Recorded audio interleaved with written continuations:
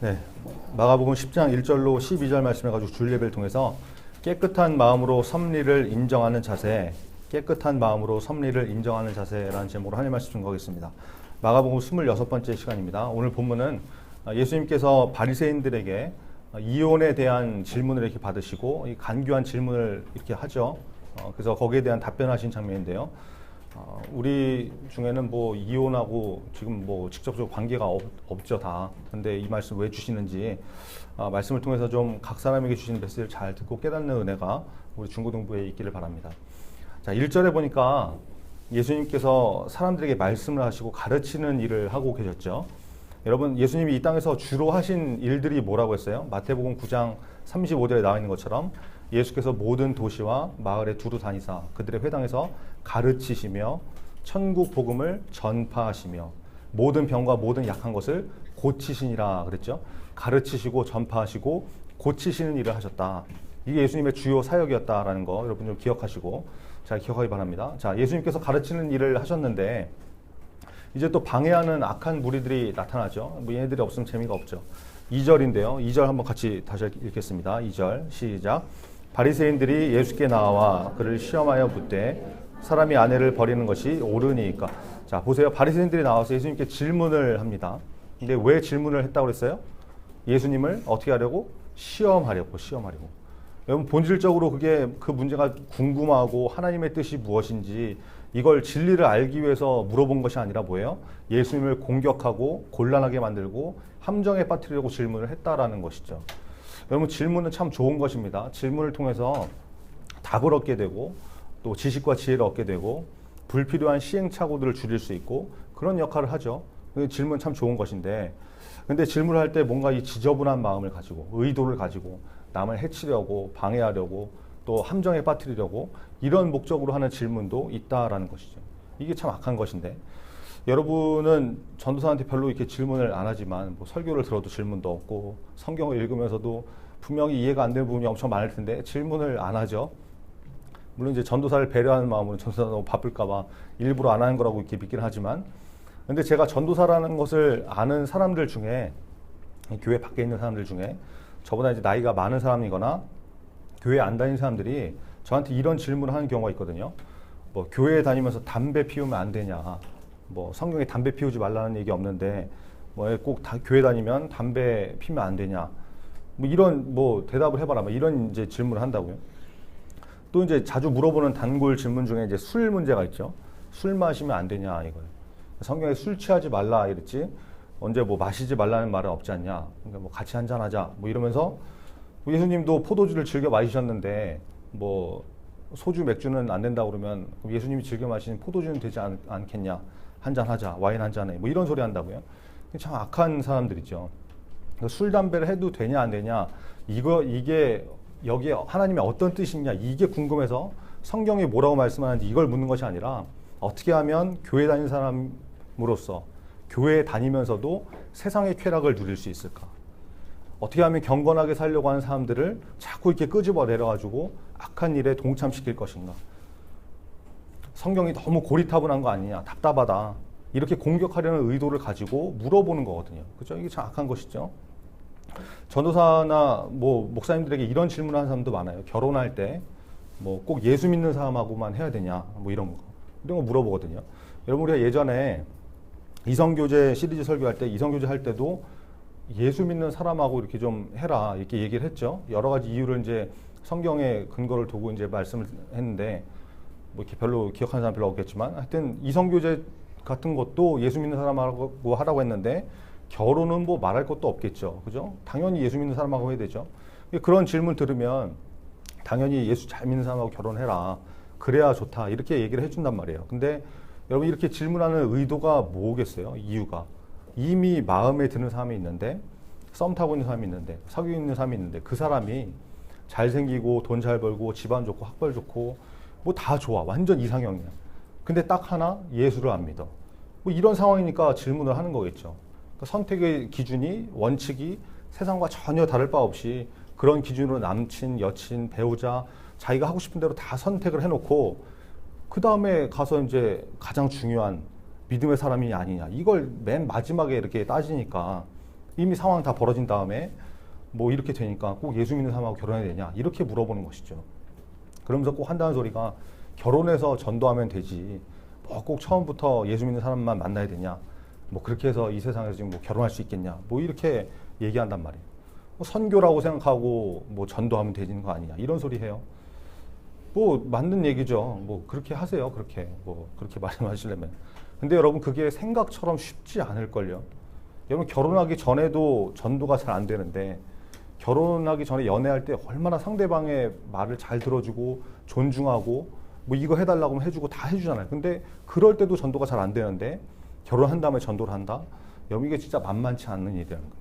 같이 믿음 있는 사람들끼리 결혼해서 살면서 함께 신앙을 위해서 믿음 지키려고 싸우는 그런 삶을 살아도 만만치 않은 삶인데 진짜 순교자의 자세로 막 그 여러분 사이판 선교지에 가서 선교했던 것처럼 그렇게 고생하고 헌신하고 봉사하고 이러지 않는 한 결혼한 다음에 전도하는 거 여러분 정말 쉽지 않습니다.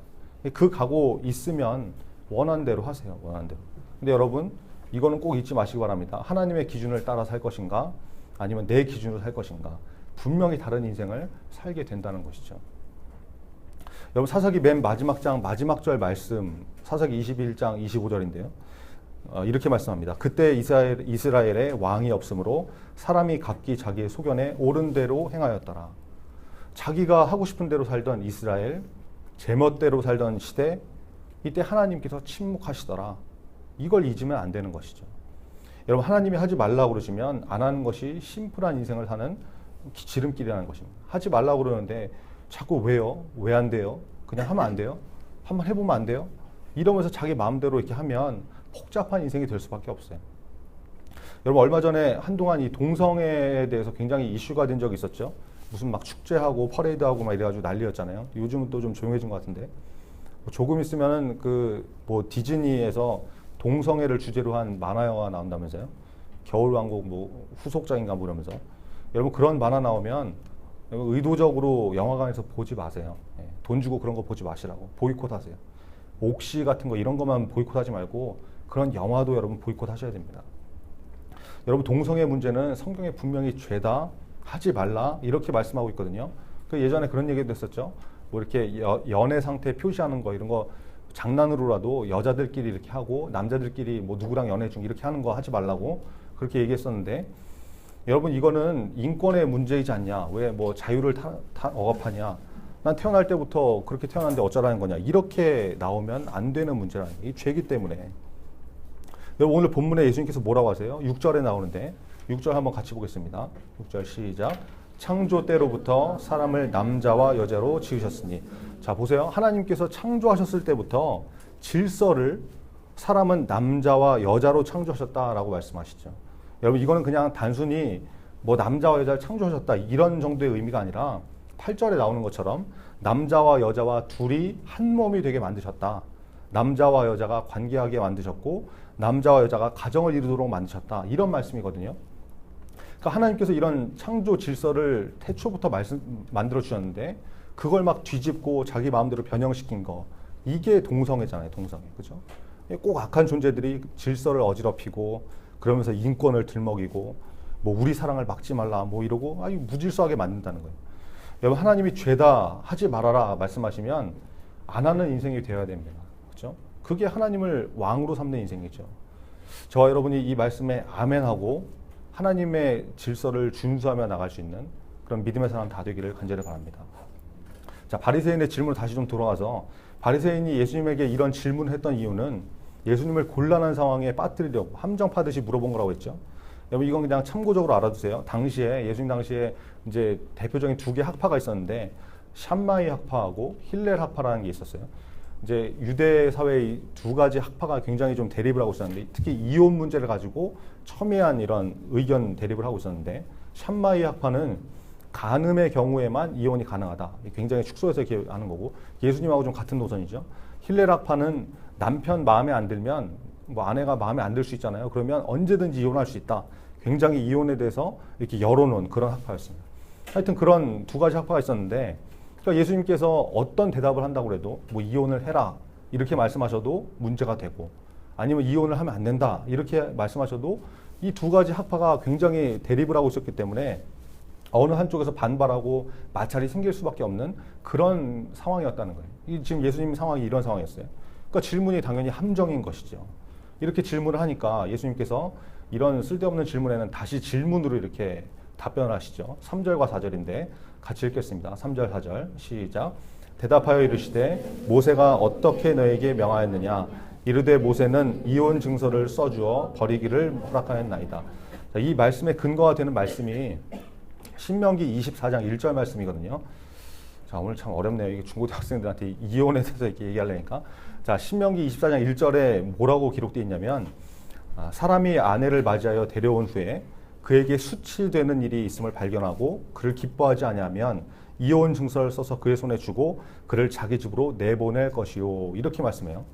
자, 여러분 이거는 이혼을 장려하고 권장하는 차원에서 적극적으로 이혼해라 이렇게 제시한 것이 아니라 당시에 하도 이 남편들이 이 가부장적인 사회였으니까 여자를 함부로 대하고 툭하면 아내를 내버리고 이러니까 그때는 이제 결혼한 다음에 이혼당한 여자들이 어디 가서 말도 못하는 거예요. 뭐 이혼했다는 증거도 없고 다른 남자 만나서 결혼하기도 어려운 그런 상황이고 그러니까 이혼한 증거가 없으니까 어떻게 돼요? 법적으로는 아직 전 남편의 아내잖아요. 그러니까 다른 남자하고 만약에 다시 재혼을 하게 되면 결혼하게 되면 원래 남편이 버젓이 살아있는데 다른 남자와 또 결혼했으니까 이거는 정상적으로 살 수가 없는 거죠. 그러니까 사람들한테 막 뭐 손가락질 당하고 나쁜 여자 취급당하고 이러니까 이 여성에 대한 권리를 보장해주기 위해서 이혼을 하게 되면 이혼 증명서를 써줘라 이런 얘기거든요. 그리고 말씀을 좀 잘 보면 그냥 막 이혼하라는 것도 아니죠. 아내로 데려온 사람에게 수치되는 일이 있음을 발견하면 그것 때문에 아내가 싫어지면 그때 이혼 증서 써주고 보내라 이런 건데 여러분 이 수치되는 일이라는 것은 이게 뭔지 정확하게 알 수는 없지만 많은 성경학자들은 이게 뭐 사회적으로 문제가 되는 어떤 문제를 갖고 있는 여자라든지 아니면 뭐 신체적으로 큰 어떤 문제가 있다든지 이런 것일 것이다 이렇게 말하는데 어쨌든 이 말씀을 근거로 삼아가지고 바리새인들은 지금 뭐라고 그러는 거예요? 아내를 버릴 수 있다 이렇게 하는 거예요. 이혼 증서 써주면 얼마든지 가능한 거 아니냐 이러고 나오니까 예수님께서 지금 그거 잘못된 것이라고 바로 잡아주시는 거죠. 율법을 폐하러 오신 것이 아니라 완전하게 하시는 예수님께서 다시 정정해서 말씀해 주시는 거예요. 그런 말씀은 그 의미가 아니다. 결혼은 하나님께서 짝주신 거야. 하나님의 섭리이고 하나님의 뜻이야. 그래서 함부로 이혼하면 안 돼. 이것을 말씀하시는 것이죠. 여러분 바리새인의 모습을 한번 보세요. 이 바리새인은 어떻습니까? 악한 질문하는 것은 둘째치고 성경을 아주 자기 중심적으로 해석을 하죠. 그죠? 적용을 그렇게 하고 있어요. 이게 위험한 것이죠. 여러분 우리에게는 혹시 그런 모습이 있지는 않은지 우리도 얼마나 말씀을 자의적으로 그죠? 나에게 편한 대로 해석을 해가지고 귀에 걸면 귀걸이, 코에 걸면 코걸이 말씀을 그렇게 해석하고 있지 않은지 이게 우리가 경계해야 될 모습이라는 것입니다.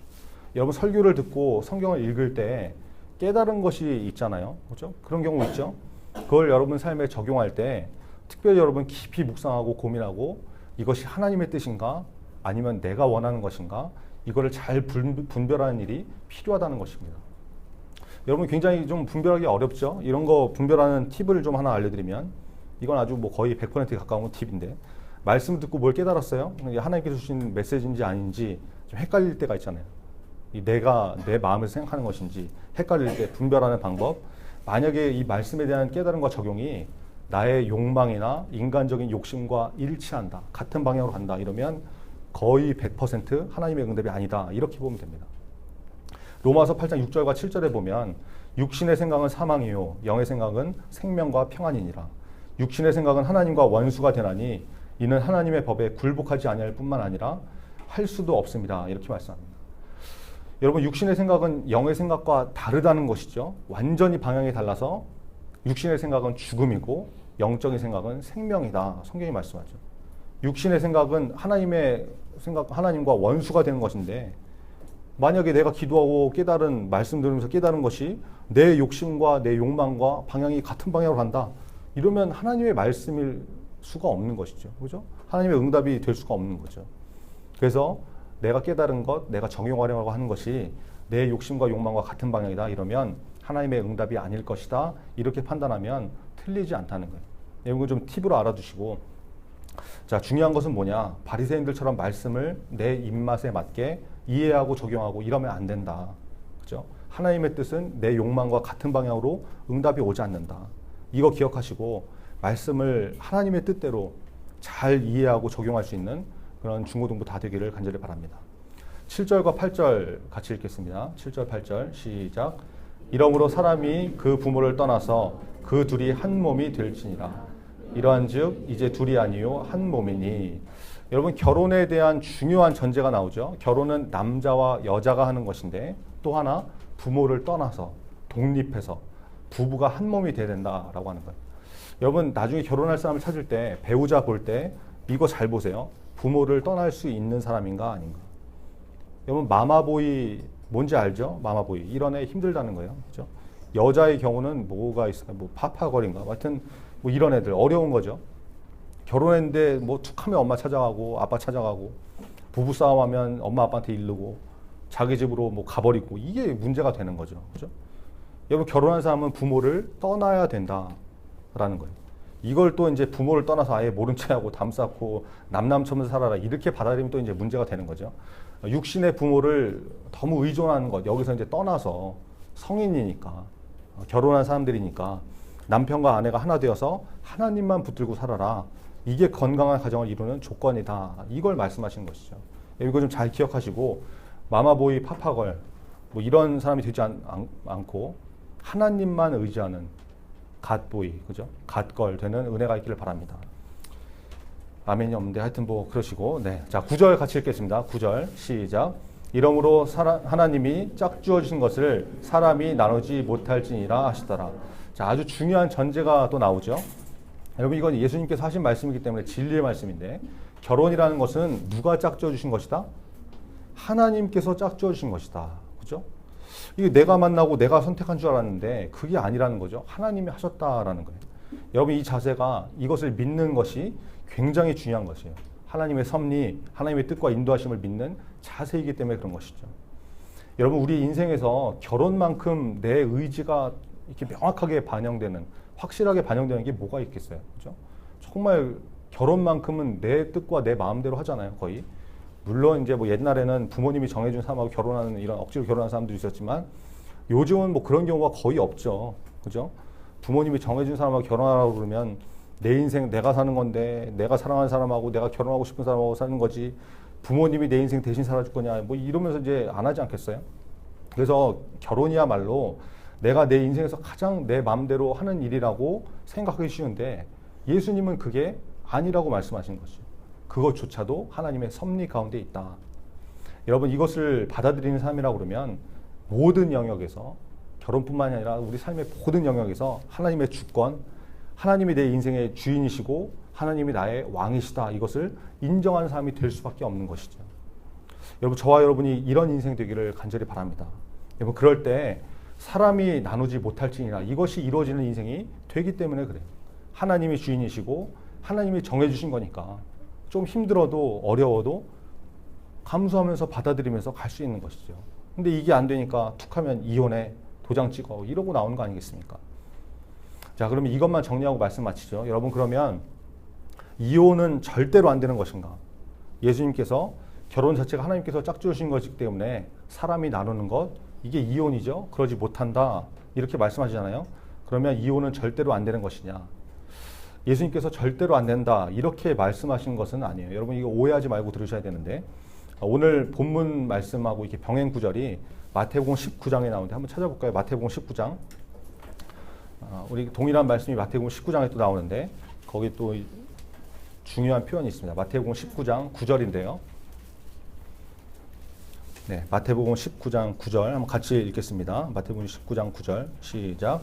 내가 너희에게 말하오니 누구든지 음행한 이유 외에 아내를 버리고 다른 데 장가드는 자는 간음함이니라. 자, 여러분 예수님께서 예외 조항을 말씀하시죠. 음행한 이유 외에 이혼하면 안 된다. 여러분 이 음행한 이유라는 거는 그 결혼한 사람이 이제 결혼한 다음에 바람 피는 거 이런 거 있죠. 그러니까 결혼 생활을 깨트리는 범죄 행위를 하는 경우에는 가능할 수도 있다. 뭐 이혼 절대 안 돼. 이게 아니라 특별한 케이스의 가능성은 조금 열어두신 거죠. 여러분 이런 경우에는 뭐 바람을 피운다든지 뭐 요즘 이렇게 사회적으로 문제가 되는 그런 일 중에 폭행 같은 것도 있을 수 있죠. 너무 심하게 이렇게 뭐 폭행하는 경우, 같이 살면 생명의 위협을 느낀다든지, 그냥 두면 뭔가 일이 벌어질 것 같은 그런 관계. 그러니까 정신적으로 뭐 문제가 있거나 정상적인 결혼 생활을 할 수 없는 그런 경우가 있을 수 있잖아요. 그죠? 그럴 때도 정말 이런 상황에도 이혼이라는 것은 조심스럽게 접근해야 되겠지만, 이혼이 이런 경우에는 가능할 수도 있는 것이죠. 그죠? 그러나 중요한 것, 대전제, 결혼도 하나님의 인도하심과 섭리 가운데 있는 것이기 때문에 이것을 인정하고 어떤 상황에도 최대한 믿음으로 그것을 지켜나가려고 하는 삶을 살아야지, 이 말씀을 또 악용해가지고 악한 마음을 가지고 꼬투리 잡고 빌미 잡아가지고 이혼하겠다, 이렇게 나오는 것은 악한 것이다라는 것이죠. 여러분, 그러므로 반드시 결혼하시기 전에 하나님의 인도하심을 구하는 기도를 철저히 하고 정말 많은 부분을 잘 준비해서 신중하게 결혼해야 된다는 거 여러분 잊지 마시고 합니다. 이거 여러분한테 정말 중요한 메시지예요. 한번 결혼하면 이걸로 끝이죠. 그죠? 이렇게 여기고 결혼 한번 하면 끝이다, 이렇게 생각하고 두 번째 세컨드는 없다, 이렇게 생각해야지. 한 번 해보고 뭐 이거 아니면 그냥 이혼하고 다른 놈 만나면 되지, 이거는 아주 어리석은 것이죠. 한 번 결혼하면 끝이다. 그래서 여러분, 결혼식장에서 여자들이 운다고 그러잖아요. 신부들이 결혼식 때 우는 이유가 그동안 자기를 키워준 이렇게 부모님 생각해서 우는 게 아니라, 이제는 옆에 있는 이놈 빼고는 아무도 못 만나는구나, 다른 수많은 남자들 아까워가지고 안타까움과 아쉬움 때문에 우는 거라고 하는데, 더 웃긴 거는 신부가 울면 신부 아버지는 얘가 자기 때문에 우는 줄 알고 같이 따라 울고, 이런 웃지 못한 상황이 벌어지는데, 여러분, 결혼이 그렇게 중요한 것이기 때문에 정말 기도하고 하나님의 도우심을 받아야 되는 일이라는 거 여러분 꼭 기억하시기 바랍니다. 이런 얘기가 있죠. 바다에 나갈 때 한 번 기도해라. 바다에 나갈 때 풍랑이 일어서 죽을 수 있잖아요. 근데 바다에 나갈 때 한 번 기도해라. 전쟁터 나갈 때는 2번 기도해라. 전쟁터 나갈 때는 2번 기도해라. 그러나 결혼할 때는 몇 번 기도해라? 3번 기도해라. 3번. 바다 나가는 것보다, 전쟁터 나가는 것보다 결혼이 더 위험할 수 있다. 너 완전 끝장날 수 있어. 그러니까 3번 기도해. 이런 의미 아니겠습니까? 여러분, 이게 신중하게 결혼을 여러분이 지금부터 대비하고 준비하고 기도로 이렇게 쌓아가는 일들이 굉장히 필요한 단적인 표현이라고 생각합니다. 여러분, 지금부터 좋은 믿음의 배우자 만나게 해달라고 여러분 기도로 좀 준비하시고, 특별히 음행의 문제, 이런 것이 우리 안에 있어서, 간음의 문제가 나에게 있어서 그렇게 중요한 결혼, 하나님이 짝지으신 그 가정을 깨트리는 일이 벌어지지 않도록 우리 자신이 먼저 깨끗한 마음의 사람이 되게 해달라고 여러분 지금부터 좀 기도하시는 여러분 됐으면 좋겠습니다. 기도하고 애쓰는 모습이 필요한 것이죠. 그래서 하나님의 섭리를 통해서 세워주신 이 귀한 믿음의 가정을 다 이룰 수 있는 그런 중고등부 됐으면 좋겠습니다. 아시겠죠? 결혼이 굉장히 중요한 것이기 때문에 지금부터 여러분 기도로 준비하시고, 한번 결혼하면 그걸로 끝이다라고 좀 생각하시고, 하나님께서 짝주신 거니까 내가 마음대로 헤어지겠다 이렇게 생각하지 마시고, 정말 그 중요한 결혼을 위해서 기도로 준비할 수 있는 우리 중고등부 다 되기를 바랍니다. 제가 기도하겠습니다.